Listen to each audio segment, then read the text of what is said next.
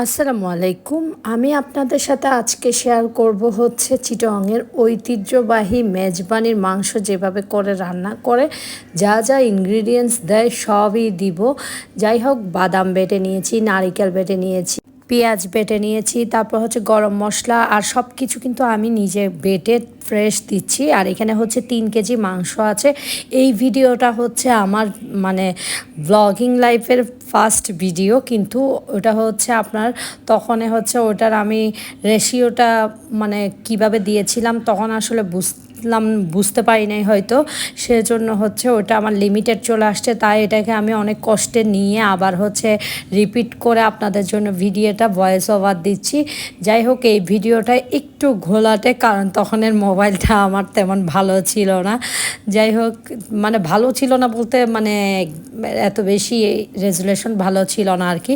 তো পেঁয়াজ বাটা দিয়ে দিয়েছি, আদা বাটা দিয়েছি। হ্যাঁ, রাঁধুনি একটা মশলা আছে, সেটা কিন্তু আমি এই যে গুঁড়া করে নিয়েছি। তারপরে হচ্ছে আমি এখানে সরিষা বাটা নিয়েছি, বাদাম বাটা নিয়েছি, নারিকেল বাটা নিয়েছি। মাংসের পরিমাণ অনুযায়ী আমি এখানে 3 কেজি মাংস দিয়েছিলাম। আসলে ভিডিওটা হচ্ছে আমার 3 বছর আগের 22 সালের ভিডিও।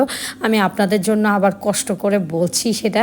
যাই হোক, ভিডিওর জন্য মানে ভিডিও যদি একটু উলটপালট হয় একটু ক্ষমার দৃষ্টিতে দেখবেন।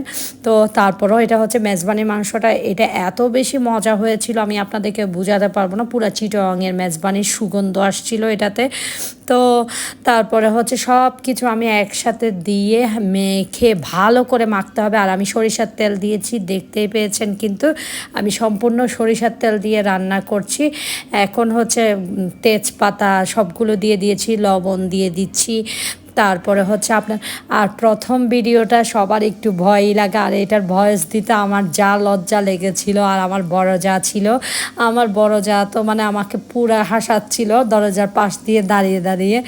যাই হোক, এই তো হলুদের গুঁড়া দিয়েছি, দেখতেই পাচ্ছেন অনেক বেশি করে দিয়েছি হলুদের গুঁড়া, কিন্তু মানে মরিচের সামঞ্জস্য অনুযায়ী হলুদের গুঁড়া দিতে হবে। মরিচের গুঁড়া দিয়েছি, ধনিয়ার গুঁড়া দিব, জিরার গুঁড়া দিব।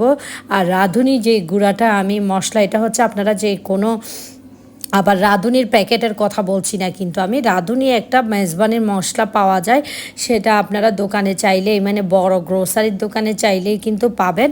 ওটা হচ্ছে একটু ধুয়ে টেলে তারপর হচ্ছে গুঁড়া করতে হয়। এখন হচ্ছে আমি হাত দিয়ে ভালোভাবে মেখে নিচ্ছি। এখানে কিন্তু কলিজি সহ আমি 3 কেজি মাংস দিয়েছি। এই তো তারপরে হচ্ছে তখন কিন্তু আমার কোনো ট্রাইপড ছিল না, মানে ফার্স্ট মাত্র শুরু করেছি আর কি, 10-15 দিন হয়েছে মনে হয়। যাই হোক, মাংস কিন্তু বসিয়ে দিয়েছি, কষতে থাকুক, একটু পরপর উল্টিয়ে দেখছি আমি। আর হচ্ছে আপনারা প্লিজ, আমি আবারও মাঝখানে বলে দিচ্ছি, ভিডিও যদি একটু ঘোলাটে লাগে আপনারা প্লিজ ক্ষমার দৃষ্টিতে দেখবেন। এটা কিন্তু 22 সালের ভিডিও, আমি বারবার বলছি। যাই হোক, এই তো অনেকক্ষণ কষানোর পরে আমি দেখছি কেমন হয়েছে। মানে পানি কিন্তু একটুও দিইনি, মাংসের থেকে পানি বের হয়েছে। এই যে রাঁধুনি যে মশলাটার কথা বলেছি আমি, সেটা কিন্তু আমি ঢেলে দিয়েছি।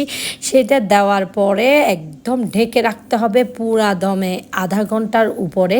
ঢাকনা খোলা যাবে না, তাহলে কিন্তু ওই সুগন্ধটা ঢুকবে না, যেই সুগন্ধটা হচ্ছে যে মেজবানির মাংসে থাকে আর কি। এখানে কিন্তু জিরার গুঁড়াও দিয়েছি আমি সাথে, আবার জিরা, তারপর রাঁধুনি গুঁড়ার মশলাটা। এখন হচ্ছে মানে একটু নেড়ে চেড়ে ঢেকে রাখার পালা। তারপরে হচ্ছে আমি আপনাদেরকে সার্ভ করে তো অবশ্যই দেখাবো কেমন হয়েছে। আর এই মেজবানি মাংসের জন্য সবাই যে কি পাগল, চিটং বলেন, চিটংয়ের বাইরের ডিস্ট্রিক্টের মানুষরাও কিন্তু এটা কম বেশি এই টেস্ট সম্পর্কে অব্যাহত। যাই হোক, এই তো দেখতেই পাচ্ছেন আমার মাংস কিন্তু এতক্ষণে হয়ে গিয়েছে। কালারটা মাশাল্লাহ কেমন আসছে।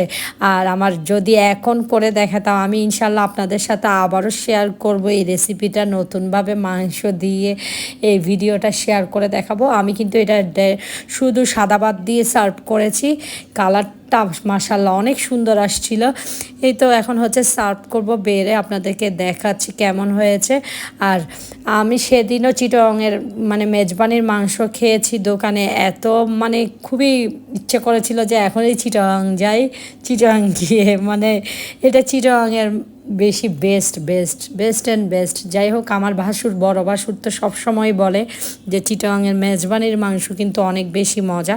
এই তো আমি সাদা ভাত দিয়ে সার্ভ করেছি। আপনাদের কেমন লেগেছে অবশ্যই কমেন্টস করবেন, আর ভালো লাগলে একটা শেয়ার করে পাশে থাকবেন।